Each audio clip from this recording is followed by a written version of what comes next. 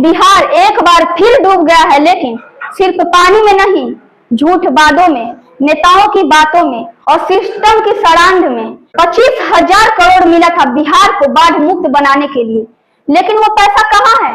गांव के लोग आज भी नाव ढूंढते हैं, लाश ढूंढते हैं, रोते हैं और नेता को उसका दुख दर्द समझ में नहीं आता है। नेता सिर्फ अपना बेटा को देखता है। साला बेशरम नेता ढूंढ रहा है अगला चुनाव जीतने का तरीका कि कैसे लोगों को लूटे। अपने नेताजी एसी चला के सो रहे हैं और जनता भूखे पेट मर रहा है, रो रहा है।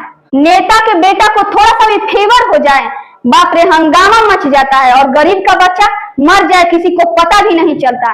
यह है सच्चाई बिहार का। अब हम बिहार की बात करेंगे, उस बिहार की जो सिर्फ नालों में नहीं बहा बल्कि शासन की असफलता में पूरी तरह डूब गया है। बिहार में बाढ़ को नई बात नहीं है। हर साल जुलाई अगस्त में बारिश होती है। कोसी, गंडक, बागमती ये नदियां भगवान नहीं बहाती, इन्हें इंसानी लापरवाही बहाती है। नेता मंत्री सारा सब बहाता है। बिहार के लोग भगवान के भरोसे बैठे हुए हैं कि भगवान आएंगे इसका उद्धार करेंगे। क्या पता भगवान बिहार के लोगों के भरोसे बैठे होंगे। साल 2008 याद है, जब मेरा जन्म भी नहीं हुआ था, कोसी नदी 500 गांव डुबा दिया था। तब भी कहा गया था बिहार को बाढ़ मुक्त बनाएंगे। ये सब नेता कहियो नहीं सुधरेगा। अब 2024 से 25 आ गया, बाढ़ अभी भी वही का वही है, वादे अभी भी वही है, लेकिन नेता बदल गए हैं। सवाल ये नहीं है कि बाढ़ क्यों आई, सवाल ये है कि तैयारी क्यों नहीं हुई। सवाल ये है कि बार बार नेता सब बाढ़ काहे लाता है। सवाल ये है कि जो करोड़ों का फंड आया वो कहाँ गया।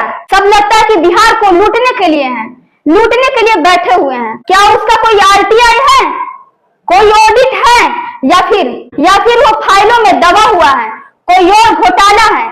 ये सब घोटाला पर घोटाला करते रहता है। सिर्फ 25,000 करोड़ का बाढ़ मुक्त बिहार सिर्फ नाम का। बिहार को केंद्र सरकार और विश्व बैंक की तरफ से सालों से फंड मिलते रहा है। 25,000 करोड़ का एक बहुत बड़ा बाढ़ मुक्त मिशन शुरू हुआ। योजना क्या थी? ड्रेनेज सिस्टम सुधारा जाएगा, नदी नियंत्रण होगा, गांवों को सुरक्षित किया जाएगा। लेकिन क्या हुआ? ड्रेनेज सिस्टम आज भी वही चौपट है साला। गांवों में कोई रेस्क्यू प्लान नहीं है।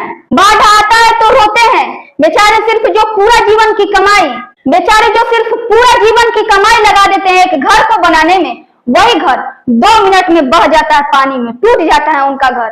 एक वीडियो हम देखे, उसमें महिला रो रही थी। एक आरा के बूढ़े दादाजी फूट फूट कर रो रहे थे। और बिहार के लोगों को समझ नहीं आता है कि ऐसे आ गया, काम गायब हो गया। और ये काम कौन करता है? सरकार, अफसर, ठेकेदार और फिर नेताजी, सबने मिलकर बिहार को लूटने का काम किया है। जनता रो रहा है और नेता प्रचार में व्यस्त हैं। गांव के गांव बहे जा रहा है, माताएं अपने बच्चों की लाशों को खोज रही हैं। लोग रात भर पेड़ों पर चढ़े हैं, कोई नाम नहीं, कोई मदद नहीं। और उसी वक्त नेता लोग ट्विटर पर पोस्ट कर रहे हैं बाढ़ से निपटाने की पूरी तैयारी है। वाह नेताजी, वाह नीतीश बाबू, ये कैसी तैयारी है जिसमें लोग लाशों को कंधे पर ढो रहे हैं। वाह मोदी जी ने जब यूपी बंगाल में बाढ़ आई तो तुरंत दौरा किया, तो बिहार में क्यों नहीं? बिहार के साथ सौतेला वाला व्यवहार क्यों करते हैं? क्यों बिहार हमेशा पिछड़ा ही रह जाता है? क्योंकि यहाँ सिर्फ जाति की राजनीति होती है। विकास के नाम पर वोट क्यों देते हैं? विकास के नाम पर वोट क्यों नहीं देते हैं? विकास वो सिर्फ नारे में है, जमीन पर नहीं। जमीन पर वही फूटा हुआ रोड, टूटा हुआ नाली। चुनाव आते हैं तो नेता सब पैर पकड़ने लगते हैं कि इस बार हमको ही वोट दीजिए, विकास ऐसा लाएंगे कि घर को महल बना देंगे।